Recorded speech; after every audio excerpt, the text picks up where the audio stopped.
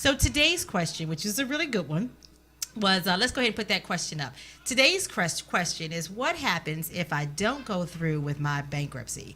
So oftentimes, people will start a bankruptcy for whatever reason. Maybe they want to, sometimes bankruptcy filing can be used to maybe stop a foreclosure or other pending litigation against you. Or sometimes we may file a bankruptcy and then simply just change our minds. So I wanted to respond to this question simply by saying, when you're thinking about filing bankruptcy, make sure that you've already asked all of your questions, you've spoke to a reputable attorney, and you are sure that this is the right decision for you. Filing bankruptcy is not like, just filing some other paper somewhere. This could have a lasting effect on you. When you file bankruptcy and you don't go through with it and it's not discharged, it's simply dismissed.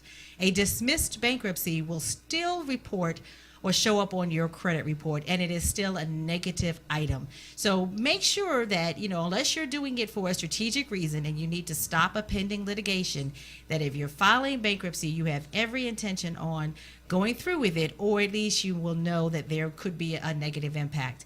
And some people who evaluate your credit profile, who will see a dismissed bankruptcy, will still see that as a negative item. So again, if you're going to file bankruptcy, make it worth it, go all the way, and make sure that you can get the best results at the end, okay? But just filing it and changing your mind will then be dismissed, and it does still have a negative effect on your score. Now, like I always tell you, don't worry, negative information on your credit score can still be restored. So if you have done that in the past, or you know someone that has, and you can't change yesterday, right? We can only change tomorrow with what decisions we make today. So if that happens, don't worry.